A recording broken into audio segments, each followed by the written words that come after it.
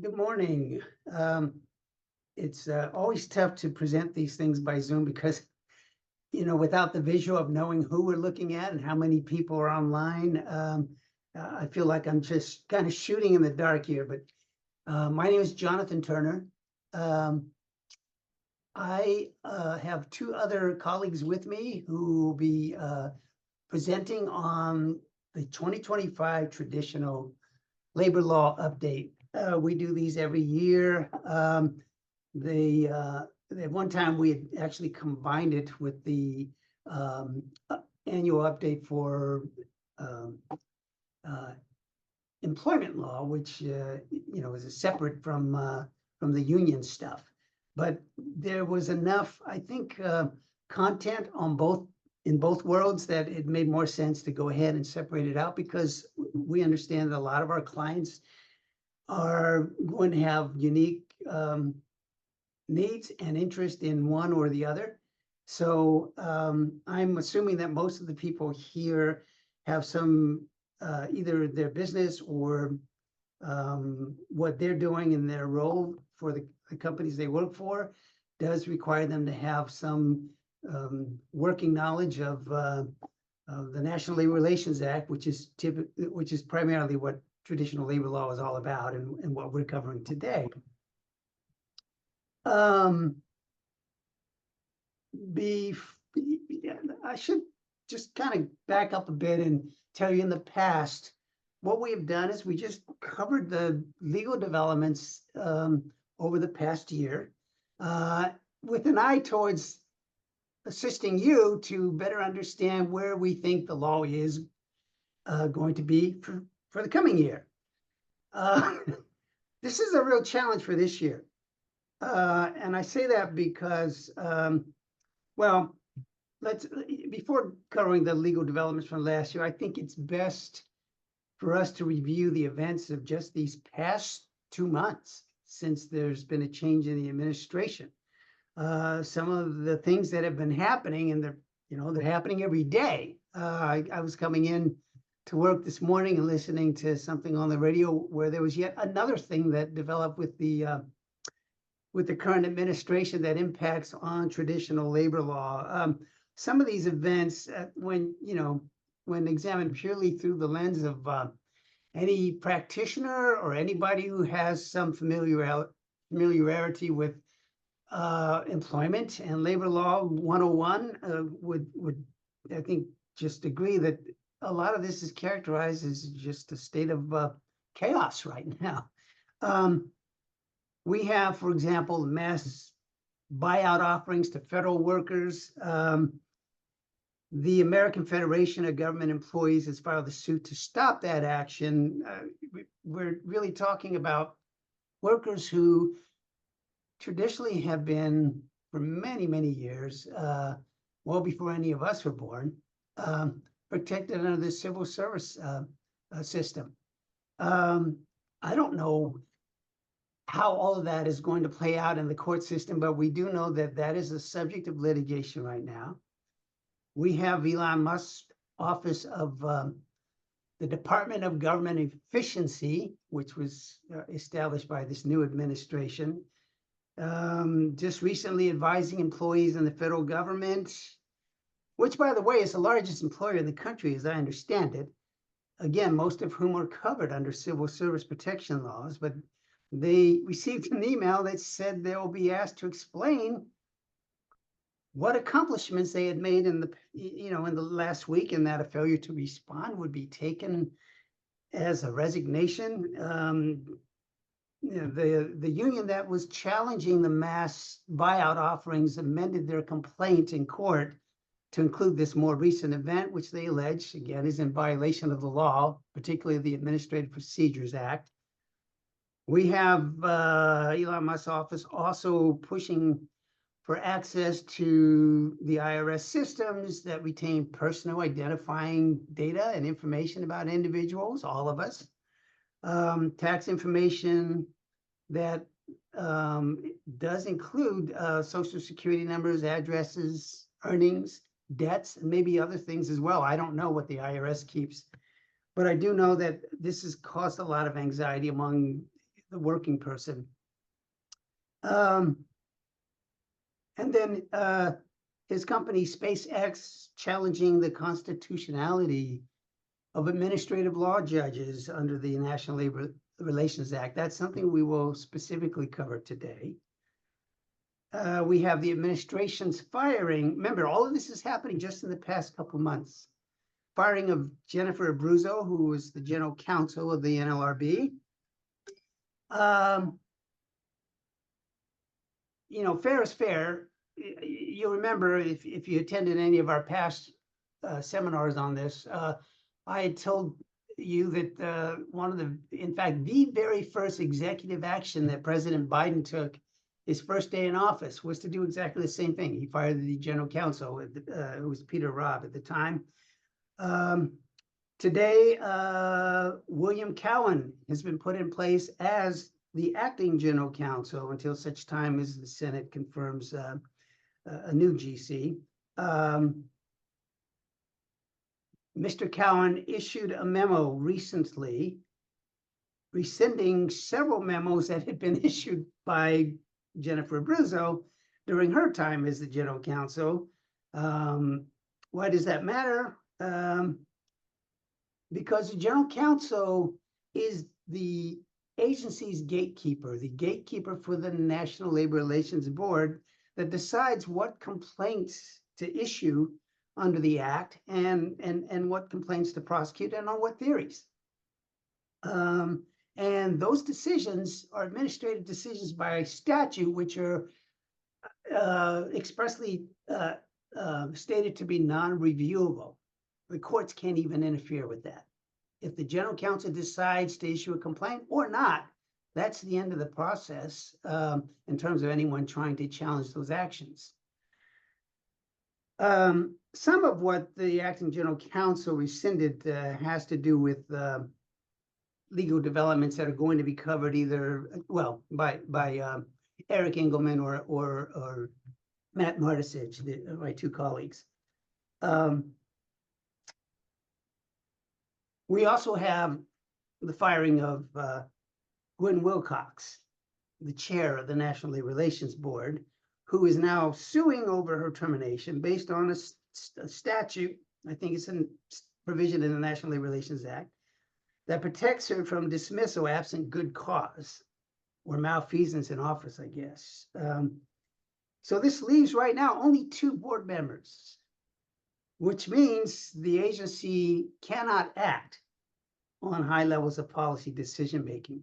And that's because in 2010, the US Supreme Court in the case called New Process Steel versus NLRB had said that the NLRB needs 3 members to have a quorum in order to be able to act as an agency. So kind of leaves open the question, well, what, if anything, can any of the field offices do in carrying out their responsibility to enforce the rights and the obligations under the National Labor Relations Act? And we'll get into some of that. My whole approach has always been, when giving these presentations, is to talk in practical terms and not introduce a lot of legal gobbledygook, even though we do realize that many, if not most of our audiences are attorneys who want to understand the law, and we certainly present it so that will assist them and guide them on that. But we do try to speak in, you know, I wouldn't say layperson's terms, but simplified terms about the practicalities of how these laws get interpreted and applied. Today, it might be a little bit different, and there might be a little bit of a higher intellectual level presentation, just at least on the constitutional issues. But for the most part, we'll try to stay with the previous playbook of trying to walk you through what happened last year. But just, you know, my whole point of taking the few minutes here to tell you what happened in the past 2 months is to alert you that what happened last year is still not necessarily going to be any kind of prediction of how you can conduct your business operations for this year, because nobody really knows how things are going to play out, given all of the changes that are underway and the ones that have already happened. Among the topics we're going to cover today, one of the, again, the higher level legal discussions about the NLRB's, the constitutional challenges on that, against that agency, and new limits that were set on that agency's authority based on a recent Supreme Court ruling regarding the standard that courts should apply when reviewing agency actions. We're also going to cover standards to determine joint employer and independent contractor relationships, because there were some developments last year on that. Standards to apply to determine management's rights under a collective bargaining agreement, to make changes affecting covered employees under that agreement. We're going to cover captive audience speeches and restrictions on employer statements and views about unions during an organizing drive.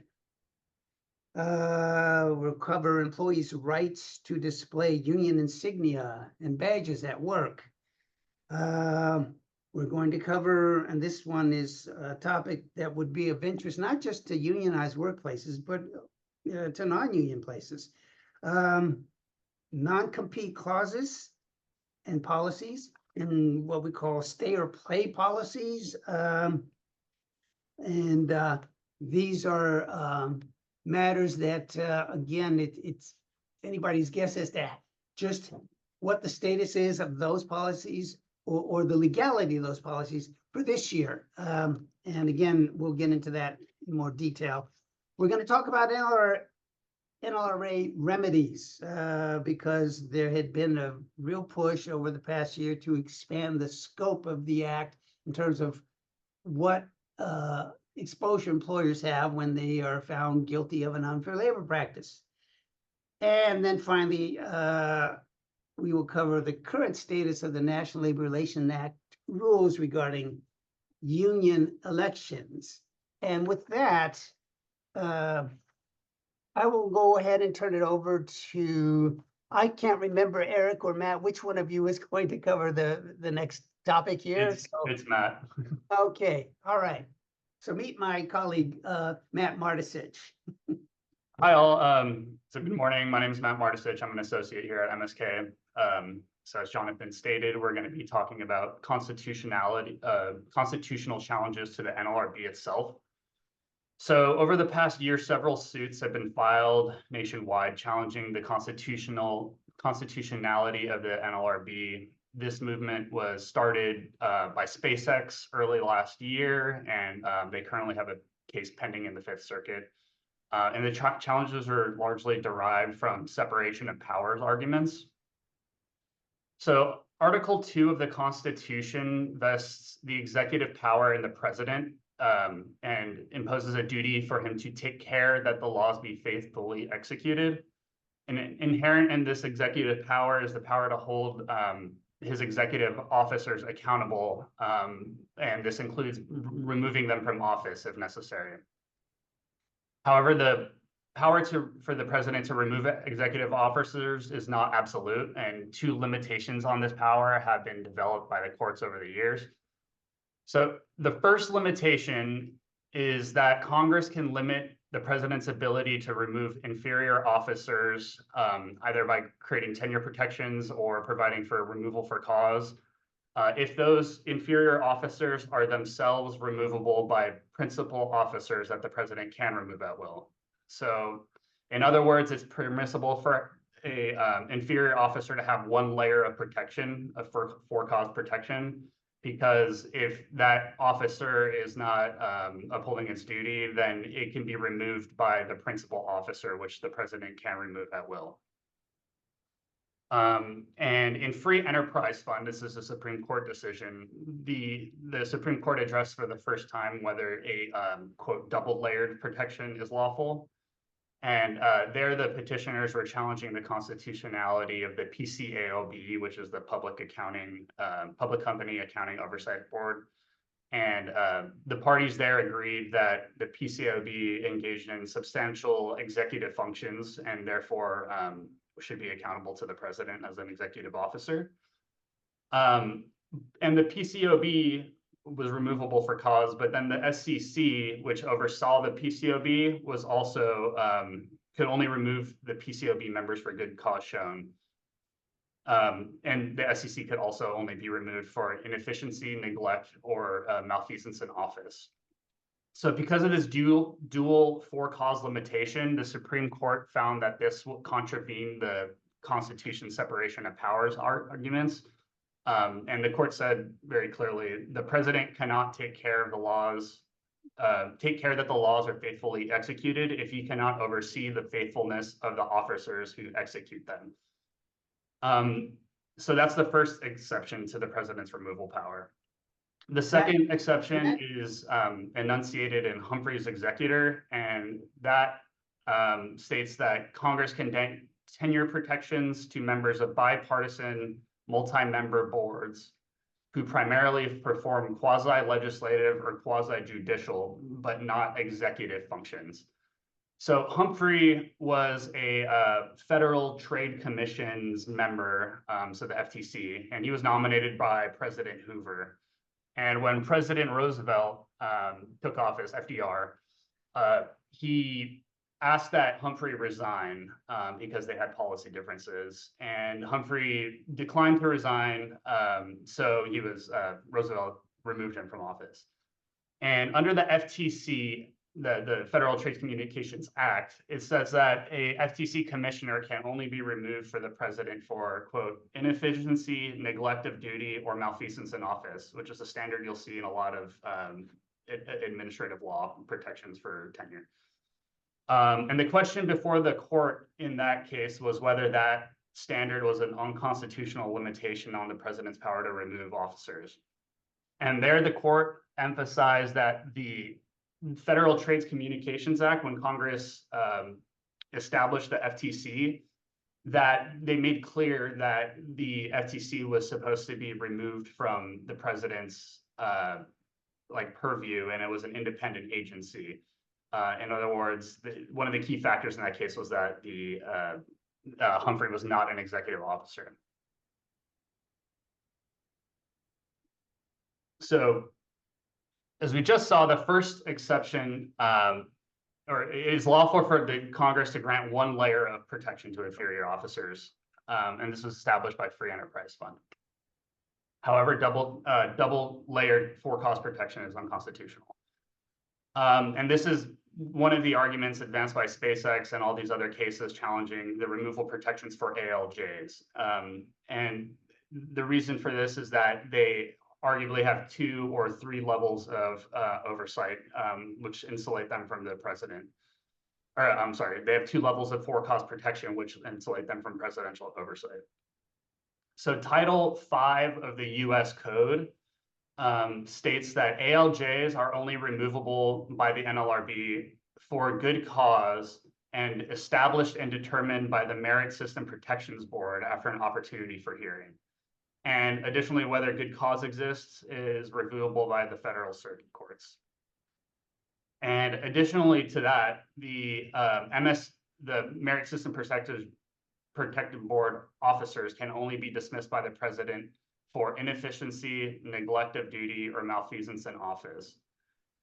On top of that, NLRB members can also only be removed for neglect of duty or malfeasance of office, but for no other cause.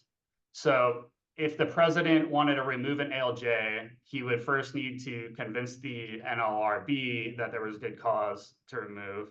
And then the NLRB would also need to petition the Merit System Protections Board. And then the Merit System Protections Board would also have to find good cause.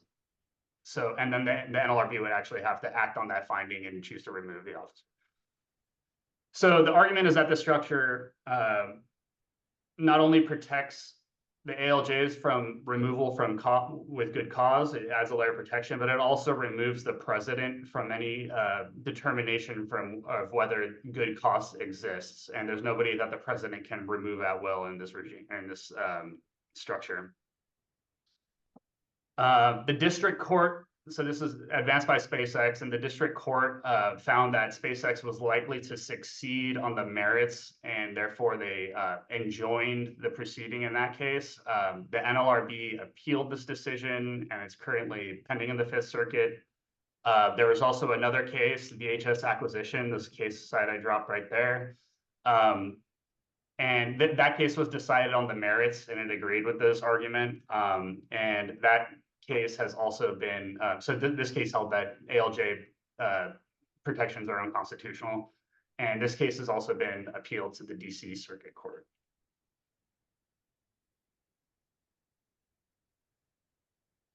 So as Jonathan stated, and I'm sure everybody's heard in the news, the President Trump fired the NLRB member Gwen Wilcox and Jennifer Abruzzo is the general counsels earlier this year.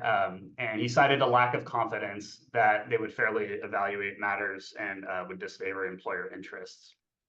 So the firing of Abruzzo was expected. As Jonathan also stated, that Peter Robb was terminated immediately when President Biden took office, and the ability for the president to remove the general counsel has been affirmed by circuit courts.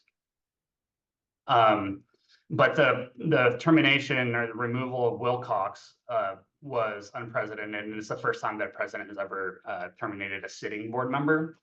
So this left the NLRB without a quorum due to it needing 3 members to issue ALD decision or review ALD decisions or issue orders. So the board is kind of at a standstill right now with respect to its powers. Wilcox is sued in DC Circuit Court, arguing that her removal was unconstitutional under the standard of Humphrey's executor, because the NLRB itself in Section 3 states that the NLRB members may only be fired for, quote, neglect of duty or malfeasance of office. And as in Humphrey's executor, Congress held that tenure protection to members of bipartisan multi-member boards who are primarily performing quasi-legislative or quasi-judicial functions, but not executive functions, could have tenure protection. So the challengers and the presidents will argue that the NLRB exercises substantial executive power because it determines the appropriate bargaining units in cases, it decides on the merits unfair labor practice charges, and it seeks and enforces board orders in federal court. And it also appoints ALJs. So based on all of this, the argument is that the NLRB's protection is unconstitutionally restrictive because it's restricting the president's ability to manage his executive office. And one of the key arguments that's going to be made here is that the NLRB's language of only allowing removal of board members for, quote, neglect of duty and malfeasance in office lacks a key term, which is inefficiency. So in other cases where the courts have found that a removal protection was unlawful or was lawful rather, they such as in Humphrey's executor, it also contained the additional basis for removal that if the officer was acting inefficiently, the president can remove them. So without this limitation, the president's arguing that this is like a critical limitation that basically insulates the board from presidential oversight. And recently, the NLRB attorneys in the SpaceX case that's gone up to appeal have refused to defend the constitutionality of the NLRB, both for the ALJ and NLRB members, following Trump's removal of Wilcox, despite them, filing a brief advancing this argument shortly before she was terminated. And I'm going to pass it on to Eric, I believe. Let me ask you before you do that. Yeah. I'm curious, the SpaceX case regarding the constitutionality of ALJs, that SpaceX is Elon Musk's company. And he is yet the head of the Department of Government Efficiency that has put in place all of these changes, unraveling and just kind of upsetting the current state of federal workers. I'm just curious, has anyone raised the whole question as to whether or not SpaceX has some conflict of interest in this challenge to before the NLR or before the courts regarding the constitutionality question? I have not seen anything challenging conflict of interest, no. Be interesting to know how that plays out. All right. Okay, so, You guys skipped your slide. oh, wait, there we go. Perfect, thanks, Matt. So one of the other very groundbreaking Supreme Court cases to come out of this past term was Loper Bright. And Loper Bright concerned herring fish hatcheries, which at first glance really wouldn't have anything to do with the National Labor Relations Act or the board. But what Loper Bright did was it vastly changed the landscape for administrative agencies because it overruled what is known as Chevron deference, which came from a 1984 Supreme Court decision. So under Chevron deference, there was a two-step legal framework for judicial review of federal agency actions. Under the first step, the reviewing court was required to determine whether the statute was clear or ambiguous, and they would do that by using traditional statutory interpretation methods. So for example, looking at definitions or how the word is used in other contexts in the statute. And if the statute was clear, that's where the inquiry stopped, and the courts just determined whether the agency action conformed with that unambiguous reading of the statute.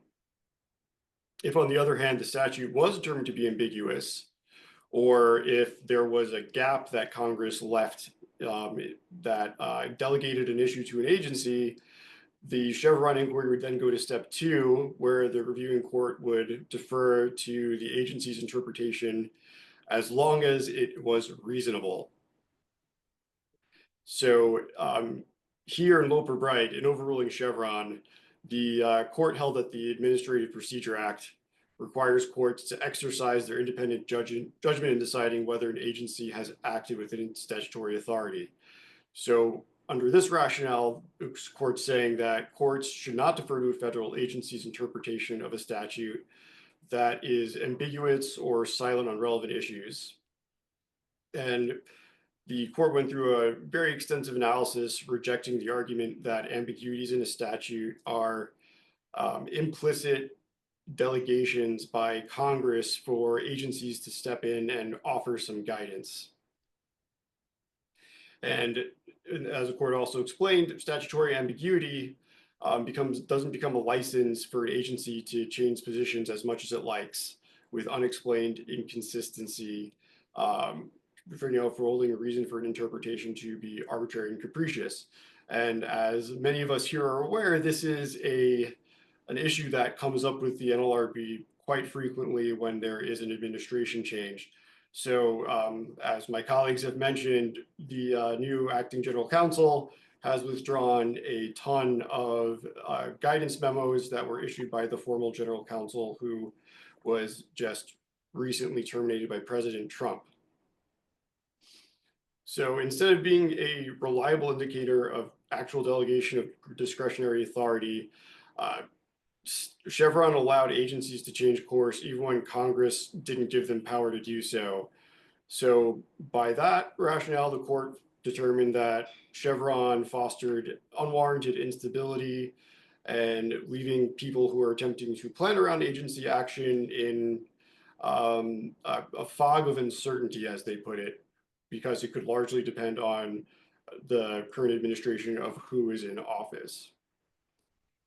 So this decision, huge implications across the federal government, but its impact on the NLRB still remains to be seen, because Loper Bright precludes reviewing courts from blindly deferring to agency action on matters involving statutory interpretation.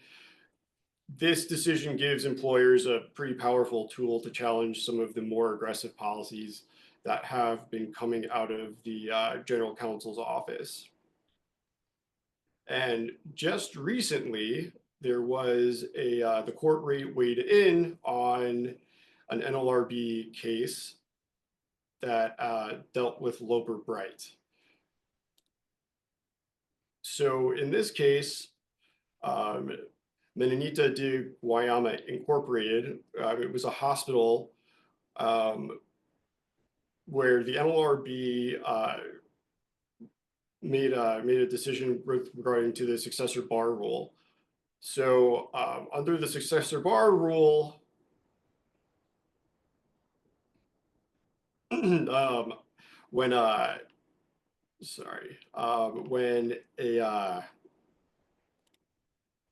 an employer acquires a facility or a unit, there's a issue of whether or not the prior collective bargaining agreement of the union who was representing employees of the acquired entity. There's presumption of a period where there can't be any challenge regarding the majority status that that particular union enjoys. So the union in this case was the majority representative for a hospital that was required by the hospital Menonita de Guayama, and it alleged the hospital failed to recognize and collectively bargain with the union. The hospital claimed that the union lost majority status and that the NLRB's stance on the successor bar rule had changed over time. So on appeal, this went up to the DC Circuit, who held in favor of the union, and they denied the hospital's challenge to the successor bar doctrine. And the court's opinion from the DC Circuit didn't directly address Chevron and used a different Supreme Court decision from the 1990s that held that a board rule is entitled to deference as long as it's rational and consistent with the NLRA, even if it represents a departure from prior board policy. There was this pending question about what was going to happen with Loper Bright. So Judge Cassis of the DC Circuit also said that the NLRB's current successor bar rule was within the scope of judicial deference articulated by Chevron. And Judge Cassis took no position on whether the successor bar doctrine would survive review under de novo review post Chevron. So as Loper Bright held that courts must exercise their independent judgment in deciding whether an agency's acted with its statutory authority, the Supreme Court granted cert and vacated this decision in December, so only a few weeks ago. So this is just an example of how federal courts are wrestling with the effects of Loper Bright in the NLRB and how this is going to be determined now that the DC Circuit is going to revisit the successor bar doctrine in light of Loper Bright. And it's also very interesting for the NLRB because the NLRB is a federal agency that has been afforded a great deal of federal of deference by federal courts than most federal agencies. So it remains to be seen exactly how Loper Bright is going to play out with the NLRB, but the pieces are certainly in play, and we should probably see more in that within the coming months. Eric, Yes. before we go to the next topic, let me just add a little more context after listening to your discussion on that hospital case. I suspect what happened there, and just to help get a better background here, when a company or an employer acquires a new business, and that new business already has in place a union and a CBA or a collective bargaining agreement, that acquiring company is not, at least under my understanding of the NLRA, is not obligated to assume the collective bargaining agreement. However, assuming that the workforce itself hasn't really changed substantially, they are obligated to recognize the union and to bargain and in an attempt to reach a new contract.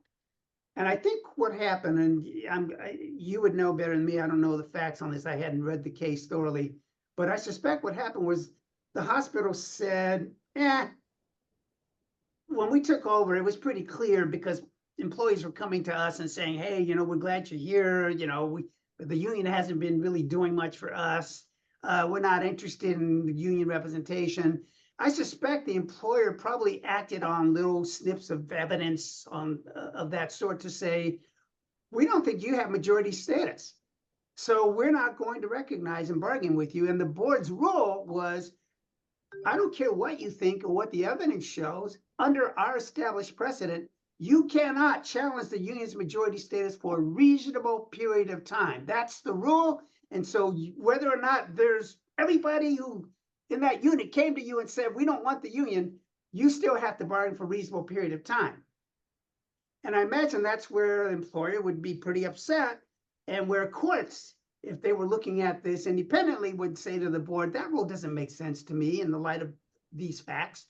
And that's where I imagine we find ourselves with the DC Circuit saying, well, under Chevron, we're supposed to defer to the board. It's a reasonable interpretation of a rule.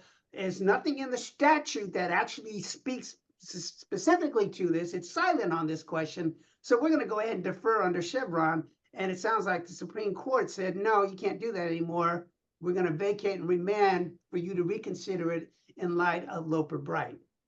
Have I got that right? More or less, Jonathan, that's right. So it's going to be interesting to see how the DC Circuit applies Loper Bright to this particular situation. Great. And as Jonathan alluded to before during his introduction, one of the other major changes that happened during the past few months with the NLRB are changes to the joint employer test. So there has been a lot of flip-flopping on this over the past few months. So in October of 2023, the NLRB unveiled a rule creating a new joint employer test, which set a lower threshold to make it easier for two or more employers to be considered joint employers.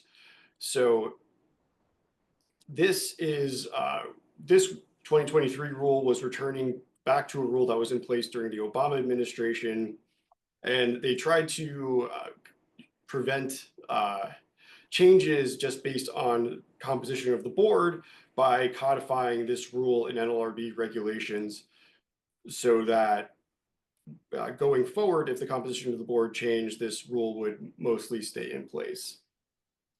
And this rule is subject to judicial challenges in court, and the effective date got pushed back a couple of times.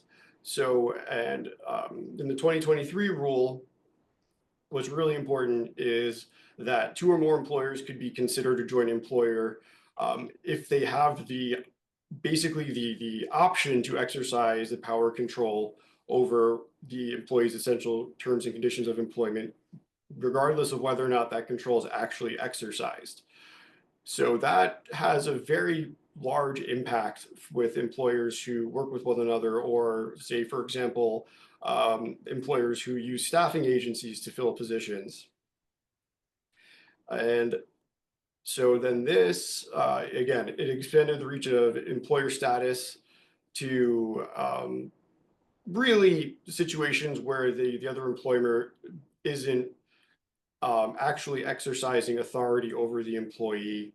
And this had profound impacts, because if an employer is found to be a joint employer, they could be ordered to bargain with a union over the terms and conditions of employment of employees that employer is not directly employing. So this new rule or regulation got challenged in the Eastern District of Texas.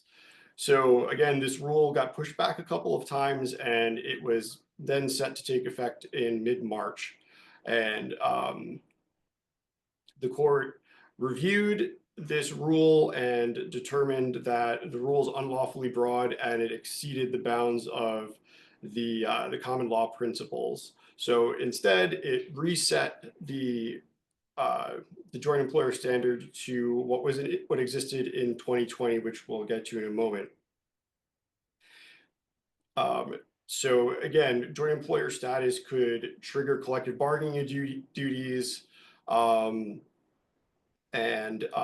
there's also a similar concept that wasn't addressed here called the single employer doctrine. And that's where nominally separate companies are so integrated, intertwined in their operations that they are functionally the same entity. So this, again, joint employers, not single employers. So going back to the 2020 test, this flips back on this idea of the potential to exercise authority or control, and saying that the employers actually need to possess and exercise substantial and direct and immediate control over the terms and conditions of employment. So, and these can be the classic terms and conditions of employment, such as wages, shifts, who has the ability to discipline employees, hire employees, direct work, and the like. But they did acknowledge that indirect control, so this situation that was contemplated by the 2023 rule, could be considered in this analysis under the 2020 test, but it by itself is not sufficient to create a joint employer relationship.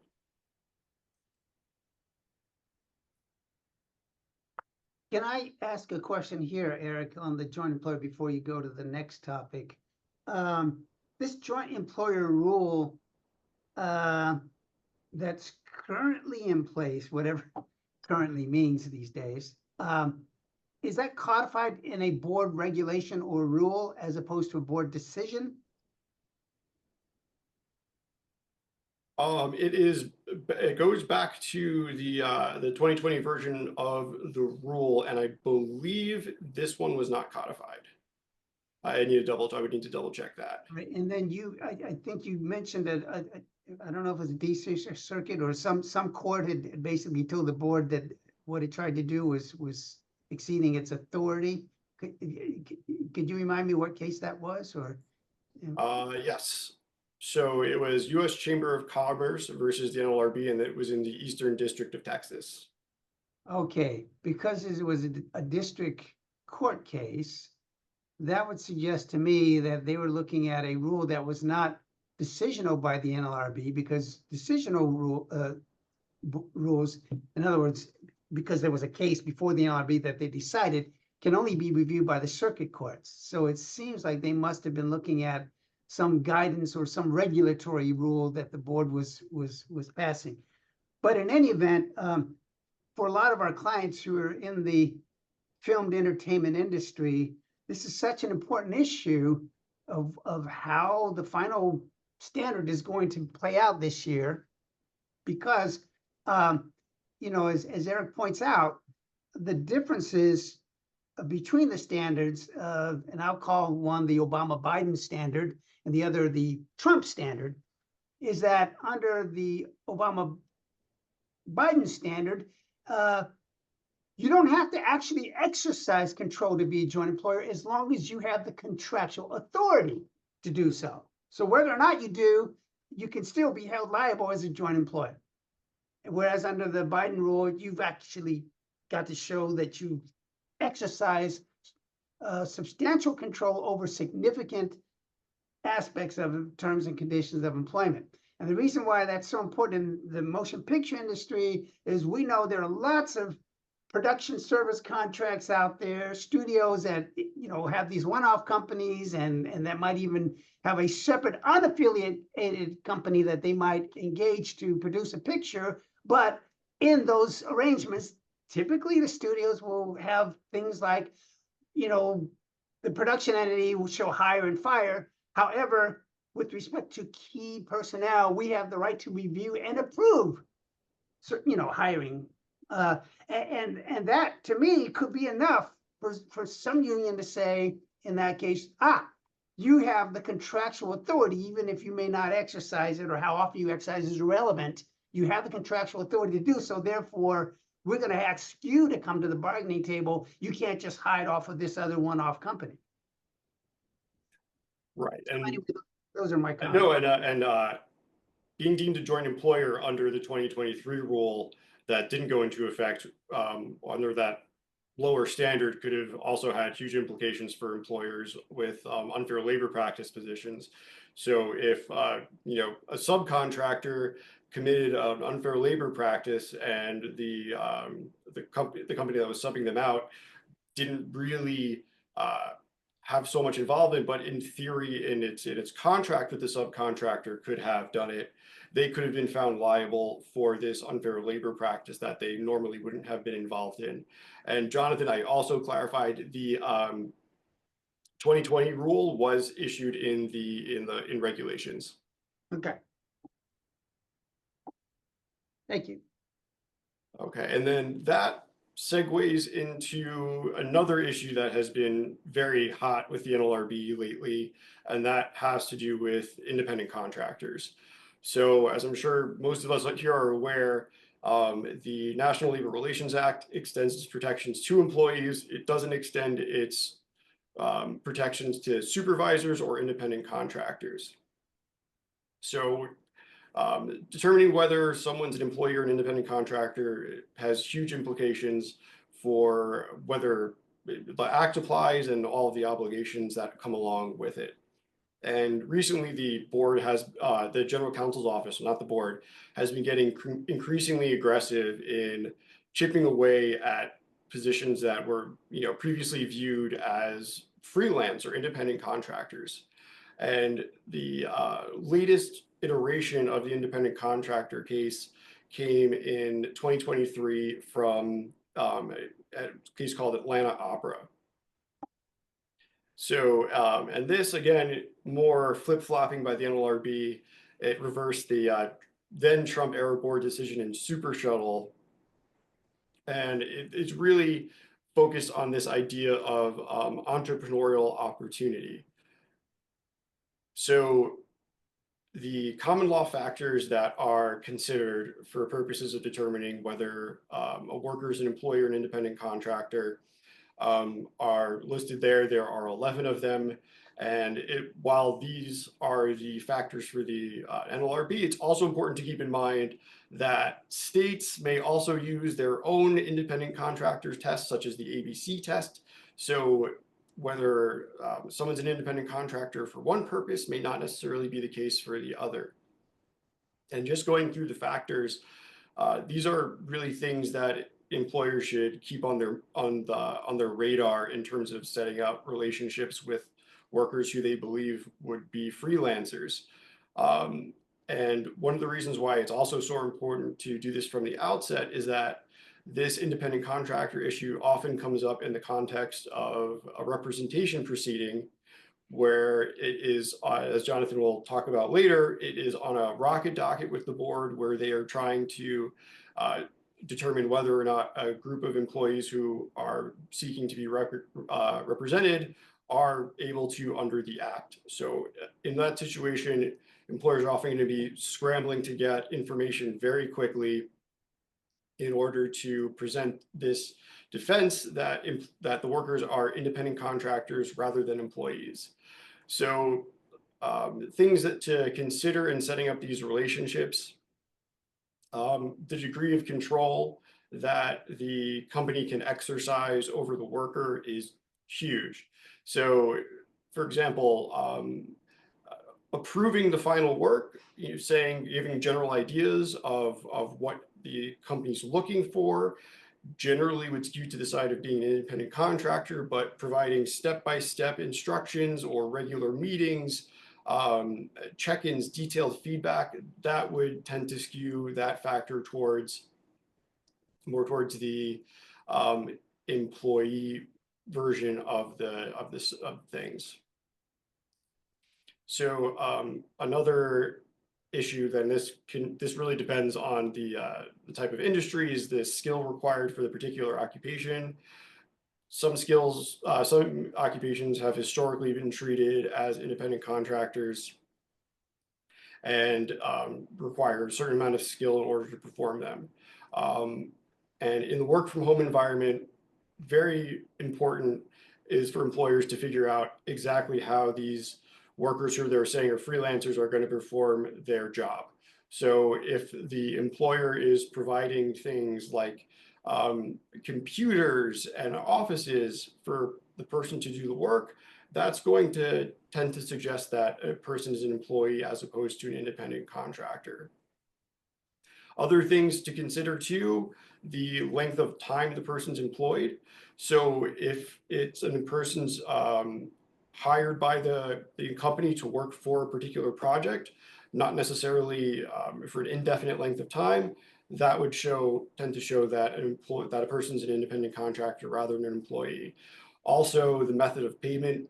So entering into a contract with a worker where there's a flat fee that the person would get for performing the work, and whether that could be in installments or whatnot, that also goes towards the independent contractor side of the spectrum, as opposed to paying regular wages or keeping track of hours worked.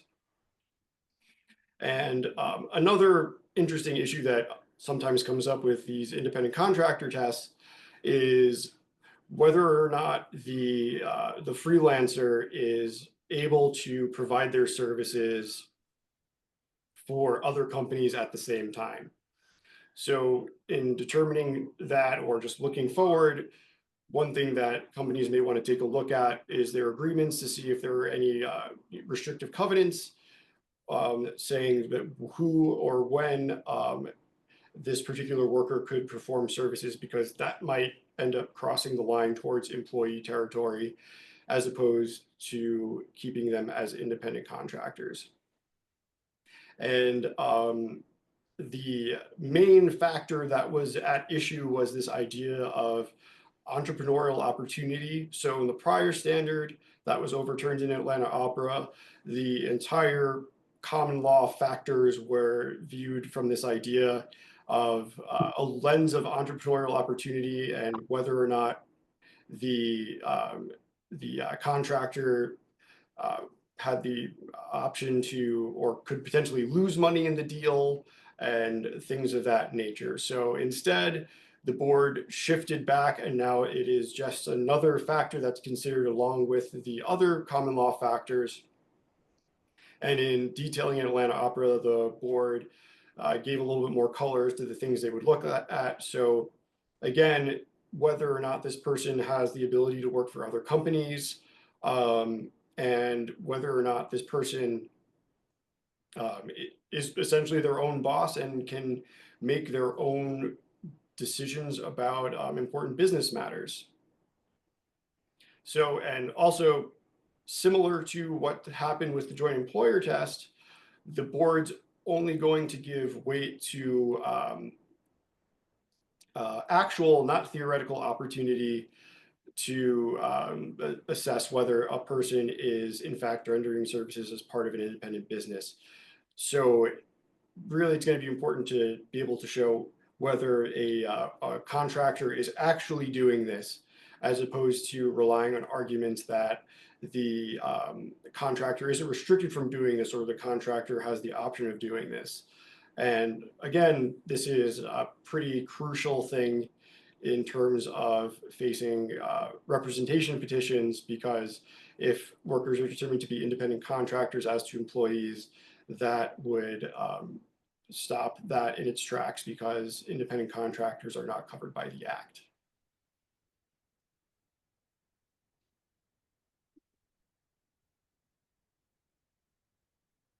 All right, and that brings us to... Before you get to the, looks like we're going into another topic here. On the, we're coming up probably about midpoint, so we'll be taking a break. But before breaking, let me just comment on one of the things you were mentioning with the independent contractor test. It seems like the big difference between, again, the Trump interpretation or standard, or the Trump era standard for independent contractor versus the Biden-Obama standard, is this idea of entrepreneurial opportunity being the, one of the major factors that would make the difference as between those two standards. I'm not even sure what that means, but I'm assuming what they're talking about is, are you really in control of your revenue as a person lending your services out to somebody else? And if you are, and you're taking that revenue and you're, deciding where you're going to continue to invest in your business, that's probably what that means.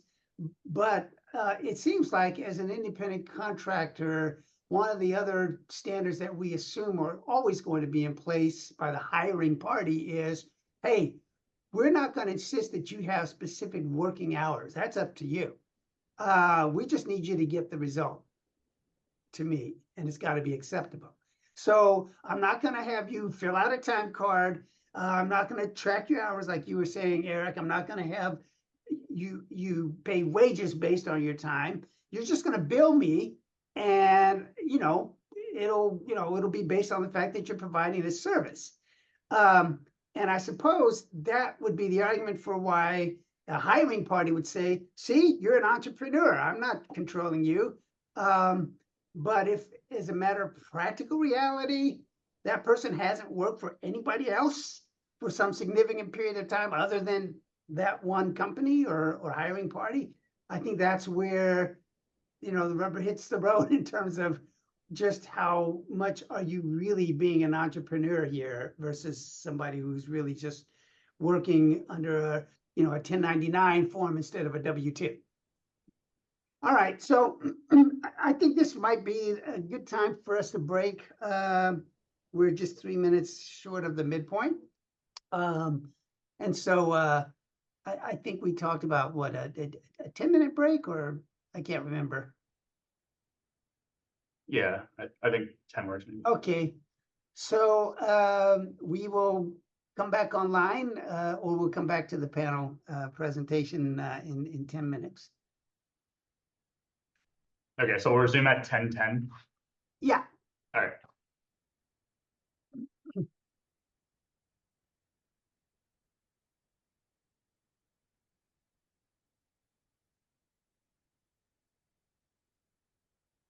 Okay, so we are at 10:10, so I'm gonna resume.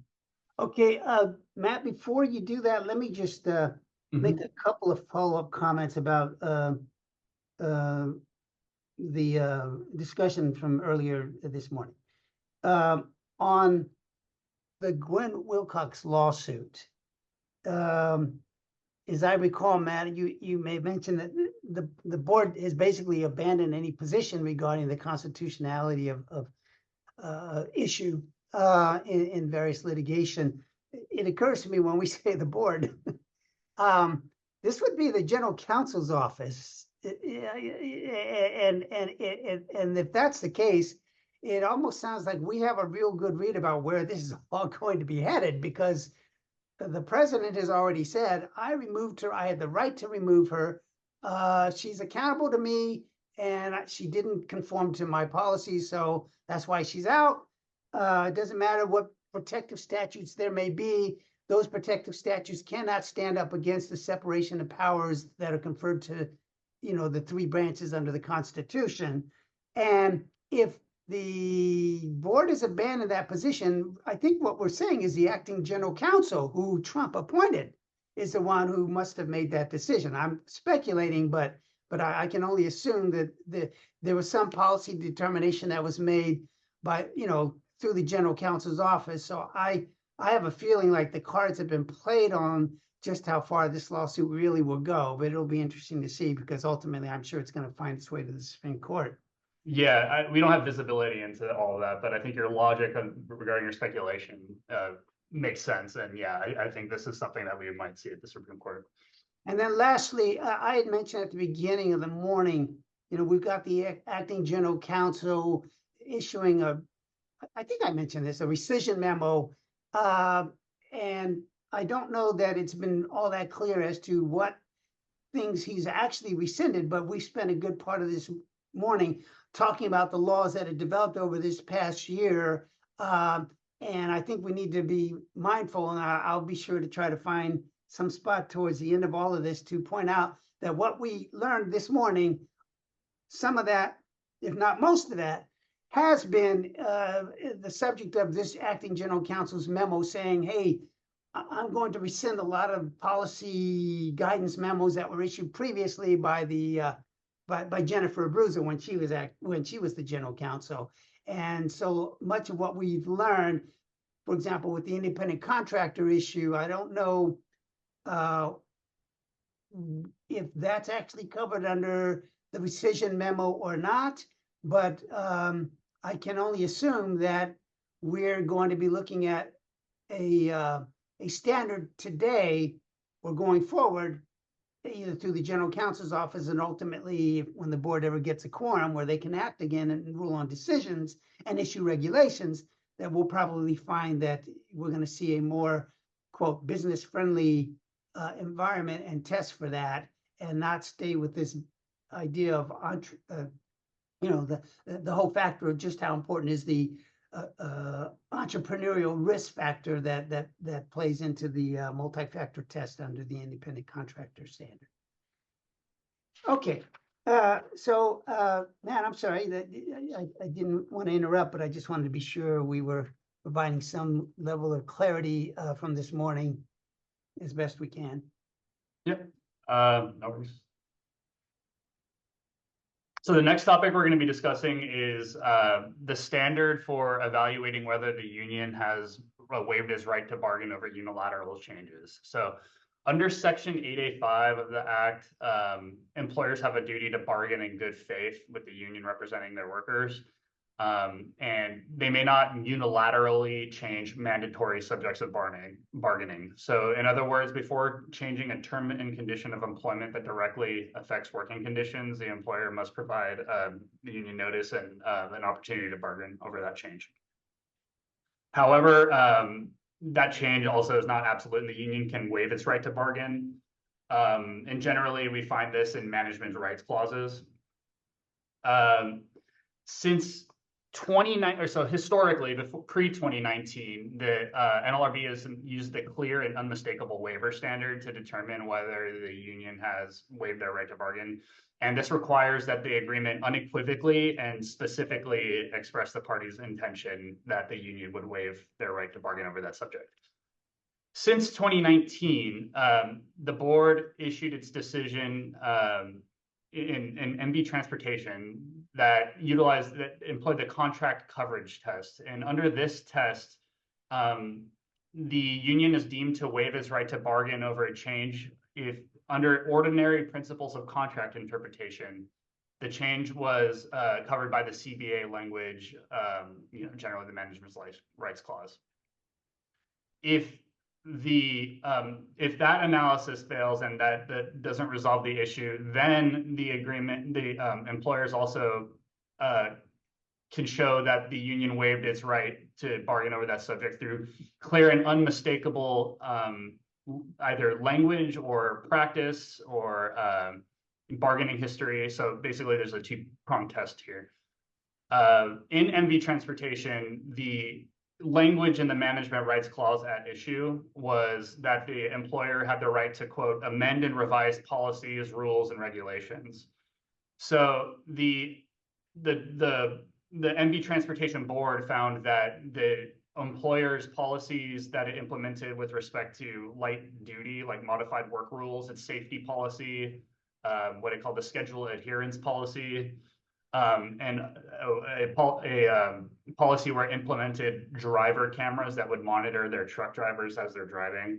The MB Transportation Board that found that all of these policies fell within the language of the management rights clause that allowed the employer to amend and revise its policies. So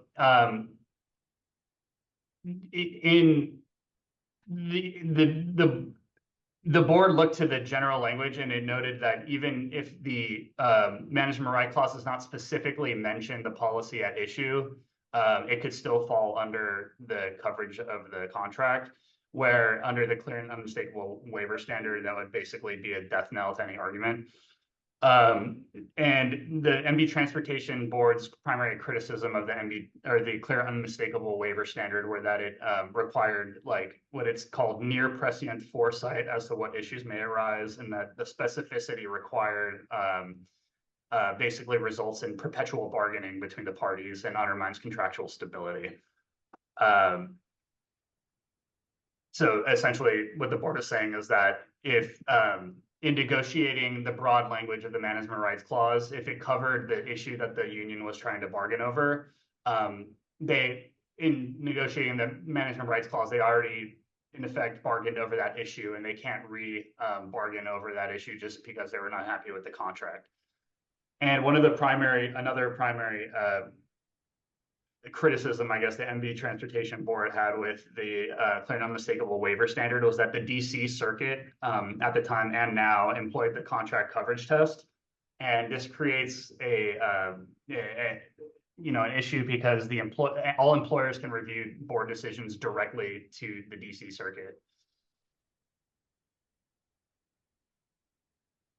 So the current standard was enunciated in Endurance Environmental Solutions, and this was in December of last year, and this rejected the contract coverage standard and restored the longstanding clear and unmistakable waiver standard, and they called it one of the most familiar board doctrines. So the ALJ, or the board reversed the ALJ's decision, finding that MV Transportation was wrongfully decided because it oversimplified the issue as merely one of contract interpretation and not as the statutory rights that are assigned to employers to bargain with the union under Section 885. So in Endurance Environmental, the employer they hauled trash to landfills, and they employed a bunch of drivers. And the management rights clause gave the employer the right to implement changes in equipment.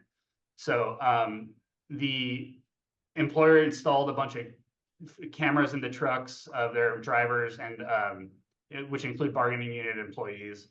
And the ALJ found that this was a mandatory subject of bargaining, but that the management right clause language of covering implementing changes in equipment covered that under the contract coverage standard. The Endurance Environmental Board rejected this argument and reinstated the clear and unmistakable waiver standard. And under the clear and unmistakable waiver standard, the board looks to the precise wording of the contract to determine whether the parties, quote, clearly and unmistakably express their intention to waive their unilateral action with a particular issue. And this waiver can still be evidenced through bargaining history, as it was in MV Transportation, but the parties or the employer must show that the parties fully and consciously explored the subject and then clearly and unmistakably waived it. And the majority in Endurance Environmental found that, or believed that there was two clear benefits to the clear and unmistakable waiver standard. And the first is that it encourages the parties to bargain only of what they call subjects of importance at the time of bargaining, and to reserve future bargaining on other issues for a later time. Whereas the MV Transportation Court would have interpreted as like encouraging perpetual bargaining, and that the party should be held to a final contract. And the second main benefit that Endurance Environmental described was that if clear and unmistakable language is one, it would be apparent to all of the parties concerned because the language is clear and unmistakable. The Endurance Environmental was applied retroactively in that case, but it left a question open for other cases. There is at least one other case coming out of it was actually out of Puerto Rico, and it was an LRB decision, which also applied the decision retroactively. But several circuits, including the DC Circuit, still utilizes the contract coverage standard, and it'll be interesting to see how this plays out, given the abolishing of Chevron deference and the fact that all employers can appeal board decisions directly to the DC Circuit Court.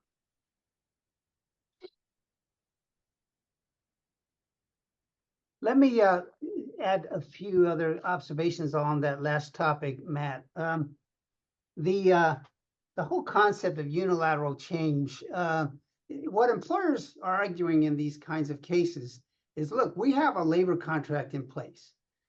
And that labor contract has provisions, among others, that might say management reserves the right to manage its operations, to make changes in the workforce, to lay off, to hire, to set hours, blah, blah, blah, blah.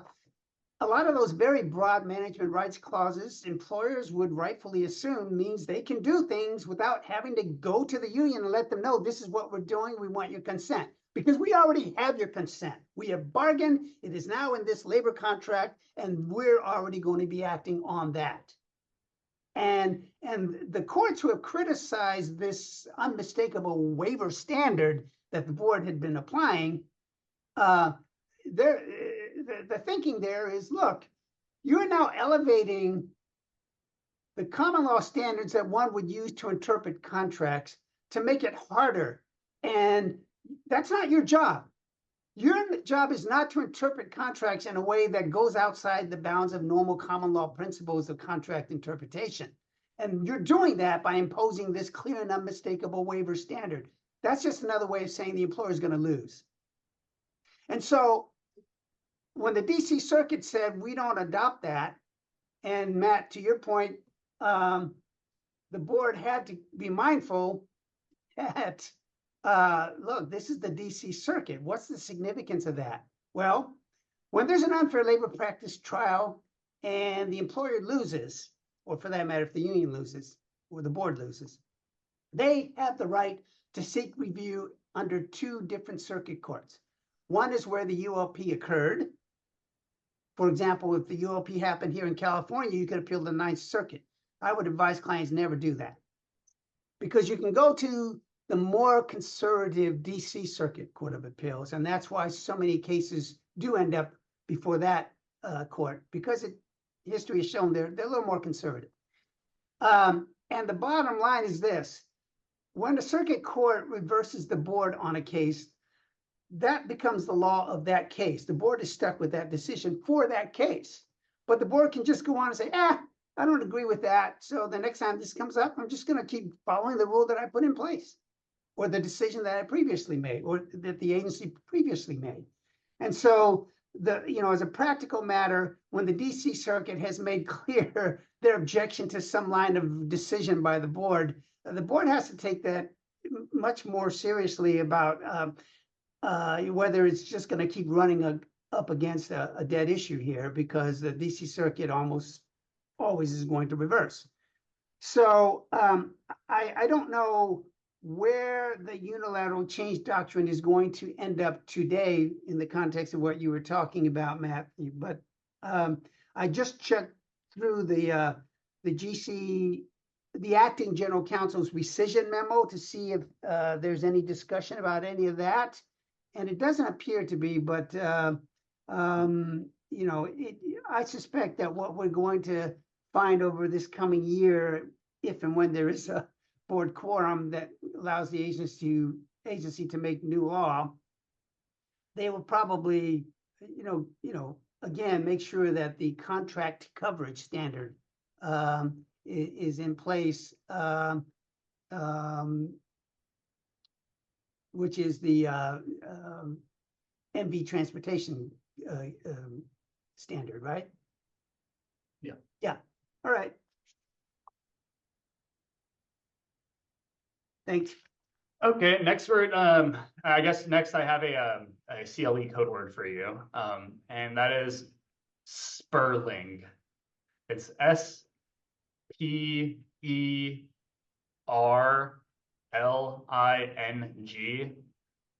And I'm not sure if you guys can all see you might say the name at the top. Again, that's Sperling. S like Samuel, PERLING.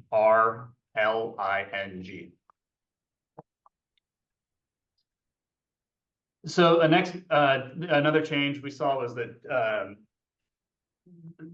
the change to the lawfulness of captive audience meetings. So captive audience meetings are mandatory meetings that an employer requires their employees to attend during working hours, and they're paid to inform employees of their rights during the representation campaign.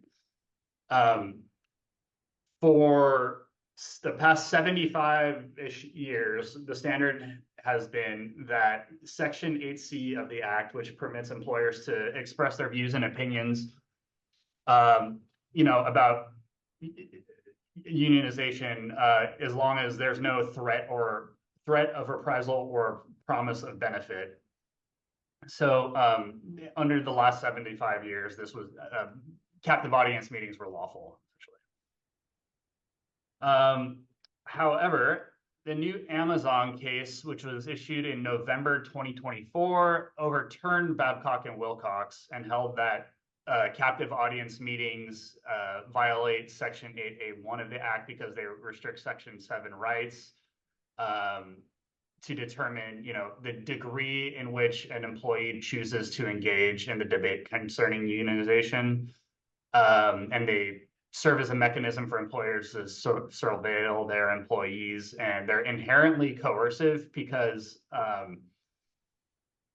the threat of discipline for not attending the captive audience meeting is the board considered that a threat of reprisal. So if an individual said like, "Oh, I'm not going to go," and then they got disciplined, and the board thought there was an inherent threat there.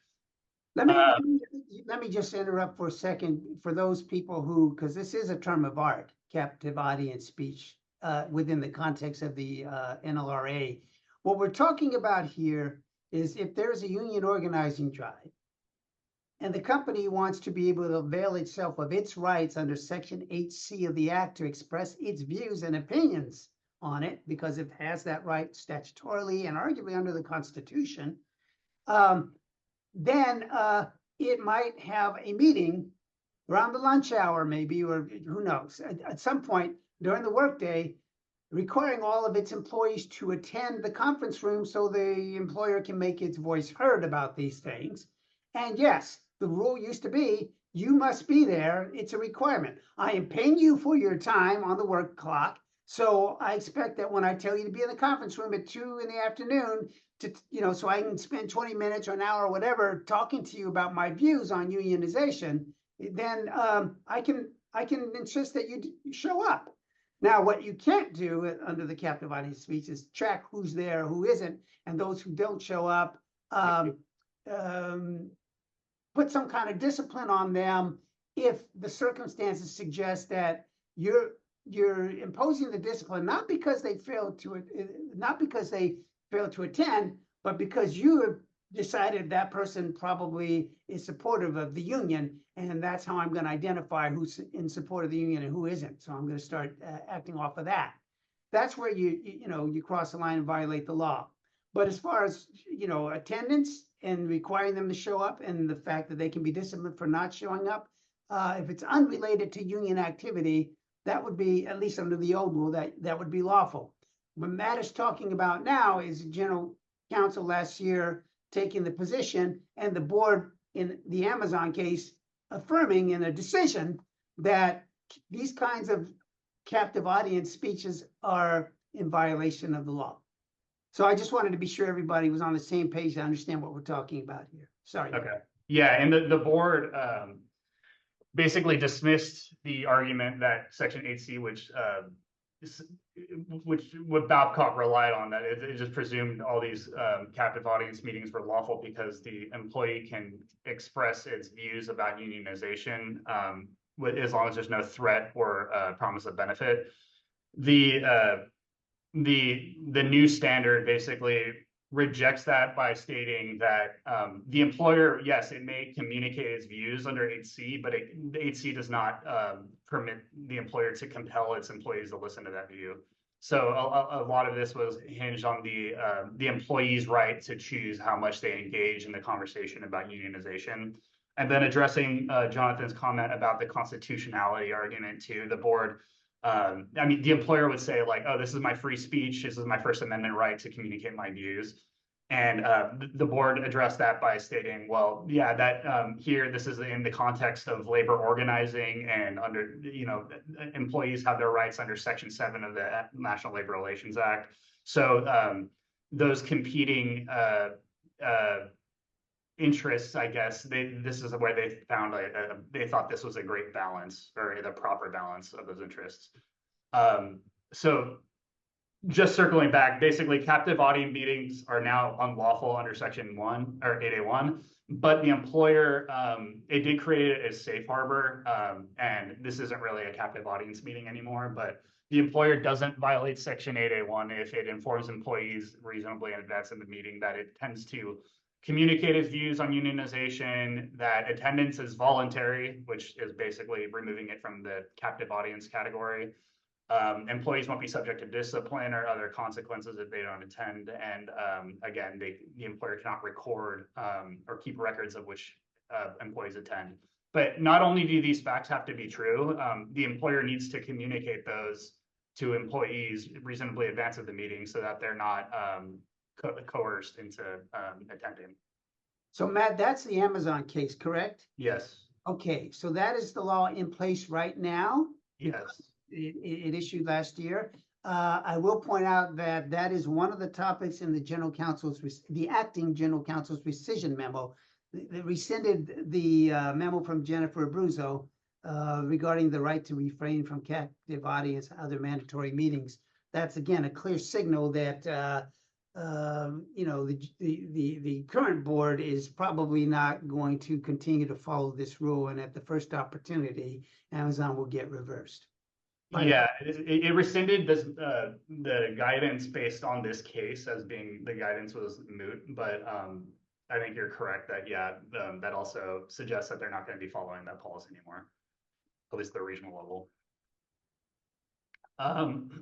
So related to captive audience meetings, also California has also introduced legislation effectively banning captive audience meetings. So this is under SB 33. It's codified, or it's called the California Workers Freedom and Employer Information from Employer Intimidation Act. This was effective this January 1st of this year. And it states that an employer shall not, run to subject an employee to discharge, retaliation, or other adverse action because they affirmatively decline to participate and receive or listen to communications about religious or political matters. So an employer cannot compel a employee to attend a meeting where they express their views on religious or political matters. And the statute defines political matters to include labor organizations. So this in effect bans captive audience meetings as well.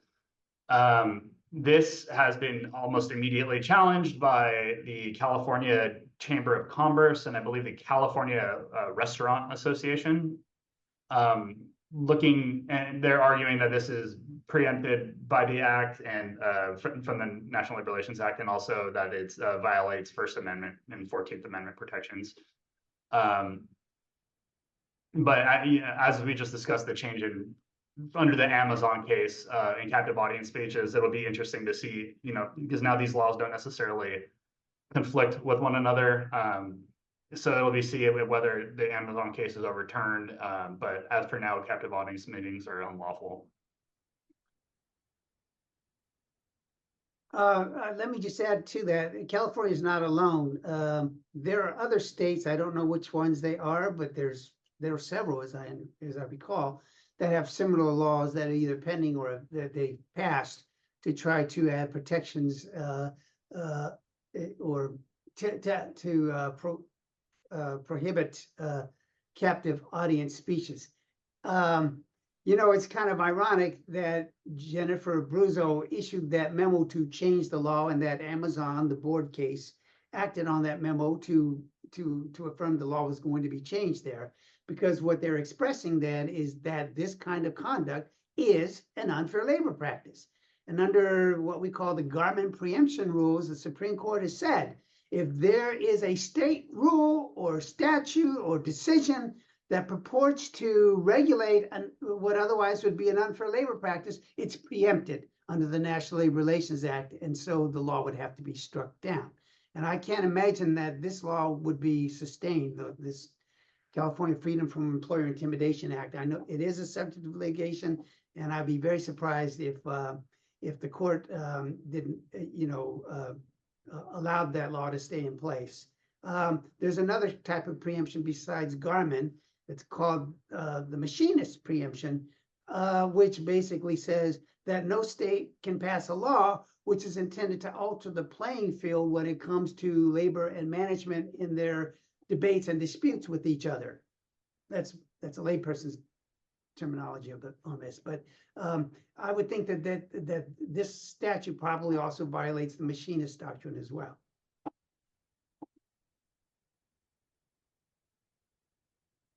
Relating to restrictions on campaign communications,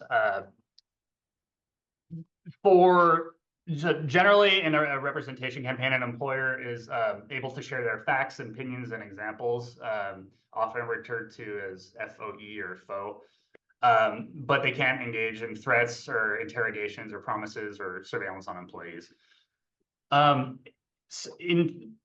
Since 1985 in TriCast, it stated that most employer statements about the impact of unionization on the employer-employer relationship. So in other words, employer-like predictions about how unionization may impact the employee-employer relationship were generally categorically lawful.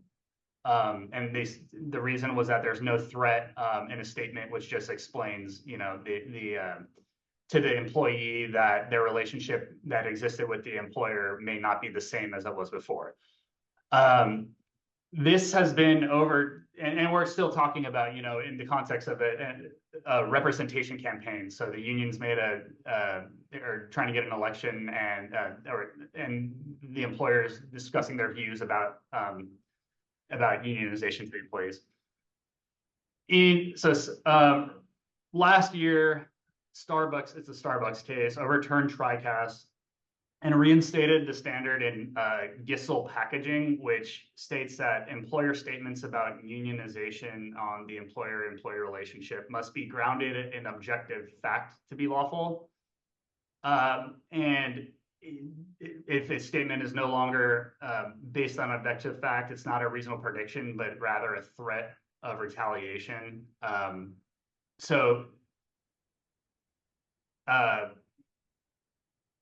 Yeah, I mean, it's a difference in how the board perceives predictions to employees. So the Starbucks case criticized TriCast as being like having an overly broad holding, basically, where it says that, no threat there's no threat if an employee or employer communicates to employees that the relationship may not be the same.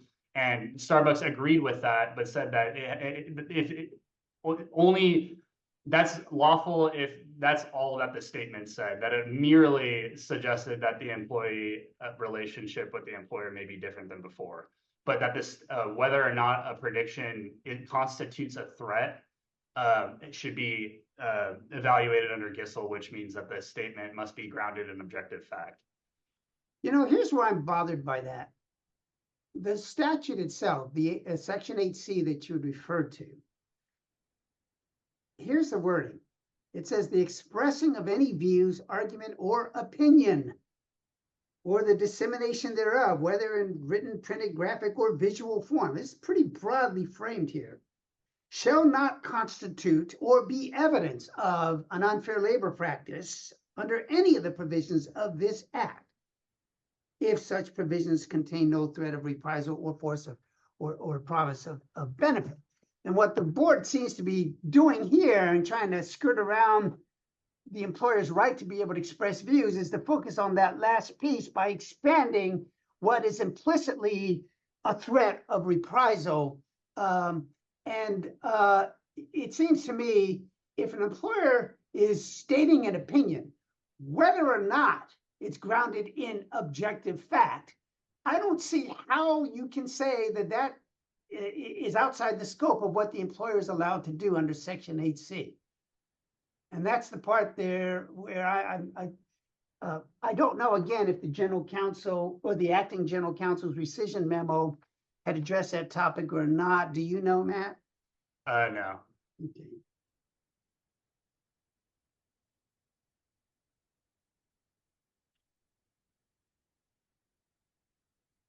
Okay. All right. So displays in the workplace. Home Depot is at least one of the more interesting board decisions to come out over the past year, especially because there were decisions in prior years about employee uniforms and what employees can wear in their uniforms. And Home Depot doesn't actually deal with union insignia. So the facts of Home Depot are really interesting. So the complainant identifies as Hispanic, Mexican, and a person of color, was employed by Home Depot only for a period of months from summer of 2020 until February of 2021. And while he was working at Home Depot, he was had a coworker who subjected that person's coworkers and customers to racially discriminatory behavior. And what happened was on several occasions, the complainant Morales discussed this conduct with his other flooring department colleagues, and then they also decided to then escalate this and complain to their supervisors and managers, at least on a monthly basis. So in the background, while this was going on, in February, the employer had them prepare materials for the observance of Black History Month at the store. So this was at the employer's request. So shortly after, there were these posters made of prominent figures, and they were hung in the break room. Someone tore down the posters, threw them in the trash, and they were vandalized. So the vandalism of these Black History Month materials was also discussed by Morales and his coworkers, and they decided to again escalate their concerns about this racism in the workplace. So in February, Morales was called to meet with the store manager, and partway through the conversation, the manager began discussing the BLM initials on Morales' apron. And what's important is this was the first time for Morales that a manager or supervisor ever said anything about the BLM on his apron. And the record from the underlying proceedings showed that Morales had this on his apron for about 5 months, including during face-to-face meetings with supervisors. The store manager told Morales that the BLM initials were contrary to company dress code, and that he could not return to work until the BLM was removed from his apron. So the following day, the district manager and the human resources manager had a video conference with Morales, where Morales spent the first half of the meeting talking about the that particular coworker's pattern of prejudice towards Morales' customers and his coworkers. And then the conversation switched about halfway through to the BLM on Morales' apron. So again, the district manager told Morales that the marking violated the dress code and that he could not work for the company until that was removed. So at the end of the meeting, it was acknowledged that Morales was unwilling to remove the marking from his apron, and then the supervisor also made it clear that Morales could not return to work unless it was removed. So with all of this going on, Morales decided to resign, and he wrote a letter explaining that it's because of the racial harassment discrimination that he and his coworkers had suffered. And what was interesting about this letter is that the letter did not specifically mention the directive to remove BLM from his apron as part of his resignation, but he later testified that during the hearing process that it was an important aspect of his decision to resign. Eric, Yes. in the interest of time, I wanted to get right to the color of the issue that I see being raised with this case. I wanted to ask you. It seems to me like this messaging of BLM or Black Lives Matter, under the National Labor Relations Act, employees are protected to a degree in the expression of things that are in support of workers' rights. Employment terms and conditions of employment, as long as it's not just limited to that particular employee, but actually is intended to reach out to their other workers as well. And isn't the argument that the employer was making, or I guess that's the question I have, is Black Lives Matter messaging, and whether it's a badge or insignia or whatever it might be that's being expressed, that is a societal issue. it's not about the workplace. Wasn't that really the issue that the board was being asked to address? And how did they decide that? And how do they determine that somehow that relates to hours, wages, and other terms and conditions of employment under the National Labor Relations Act? Yes, so that was a very interesting issue in this case, and the board overturned the LJ and found that the BLM on his apron was protected concerted activity. And in reaching that conclusion, the board considered the broader picture of Morales discussing with his coworkers about the discriminatory working conditions, and about, for example, the Black History Month vandalism. So the board viewed it as in a broader context of trying to respond to the employer's response as to the discriminatory working conditions. So the employer did try to make a couple of arguments as to why that there was no violation of the act here. So there's this doctrine of special circumstances where even if an employer interferes with an employee's right to display, it can rebut the presumption by showing that there were special circumstances. So there were really three theories of special circumstances that the employer advanced here, and all of them were shot down by the board. So the first one is public image. So in general, to establish public image, the employer needs to show a carefully cultivated public image that is consistently preserved, that a non-conforming symbol or other insignia would jeopardize the image. So what's interesting in this case is this was on the Home Depot orange aprons that are pretty much iconic with the brand, and that all of the employees on the floor are wearing. And that the employer requires all of their customer-facing employees to wear these orange aprons on the floor. So the employer argued that they had an interest in their public image with respect to these orange aprons.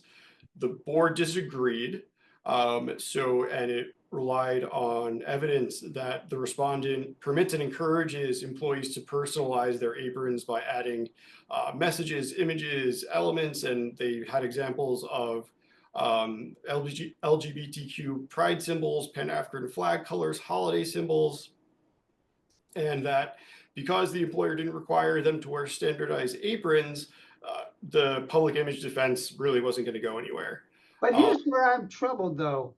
The badge or insignia that was at issue was BLM, right? Correct. So regardless of the fact that the employer may have allowed employees to wear other types of badges, to me, isn't the question, does the one that's at issue here, BLM, does that relate to hours, working conditions, other terms and conditions of employment, such as to gain the protective status under the National Labor Relations Act? And that it seems like they're ducking the issue by just simply saying, oh, you let other people wear other badges. Well, what was their answer to that? Yeah, so and as you brought up before about social issues, the board did address this in its discussion about public image. And it mentioned that although it's possible for an employer to want to remain neutral on controversial political and social issues to justify restrictions on insignia, they would have to substantiate that by the record. And here, the employer didn't show anything that they had taken a position with respect to the Black Lives Matter movement, or other position or causes that employees choose to support. And then there was an argument about employee safety, and the board really didn't even entertain this argument by the employer. And because the employer didn't show any evidence that its employees have been confronted over BLM insignias or customer-employee relations confrontations of the like. And then the last idea in terms of special circumstances was employee dissension. And the board similarly found there was no evidence that the employer put forward that there was a risk of employee dissension and that special circumstances would be present.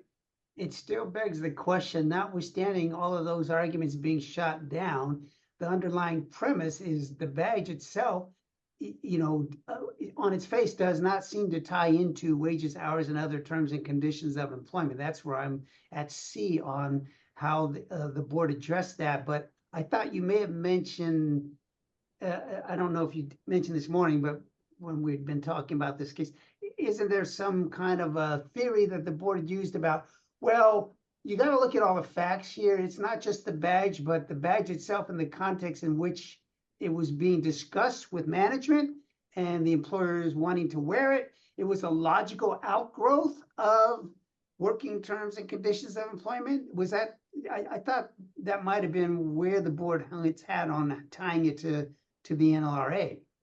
Correct. So really, even though it was a social movement, what the board found here is that because of the ongoing discrimination in the workplace and the employees' discussions about it, that they showed that there was a connection to a workplace dispute by advancing this social cause.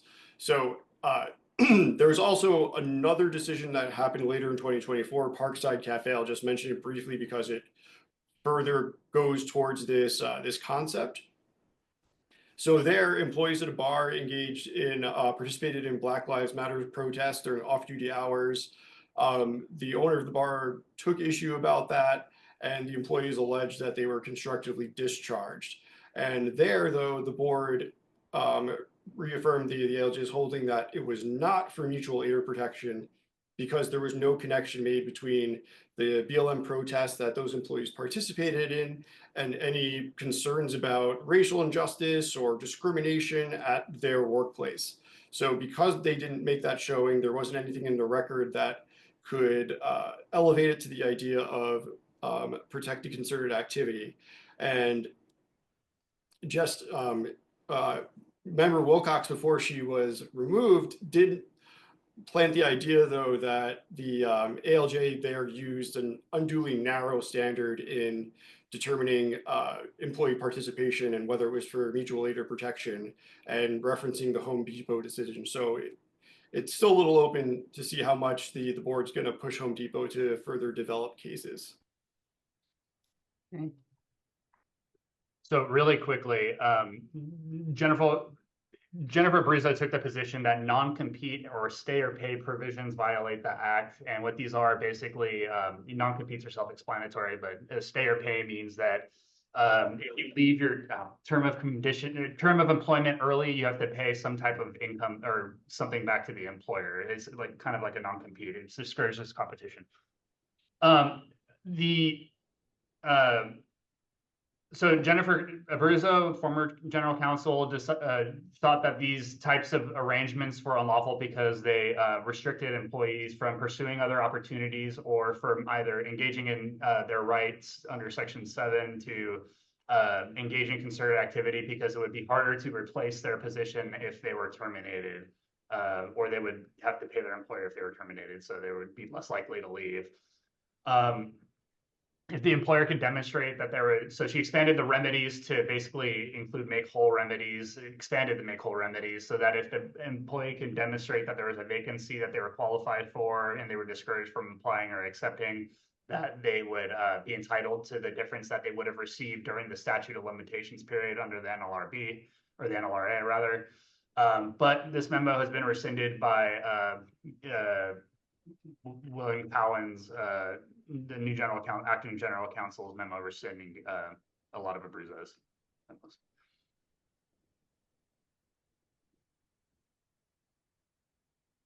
memos. All right, so now we are up to NLR remedies, but I am also conscious that we are almost out of time. So maybe it would be a good idea to stop here and see if people have any questions that we could answer while we still have a few minutes left. I think one thing we can do is to just do a quick summary cap on the remedies. So we've got this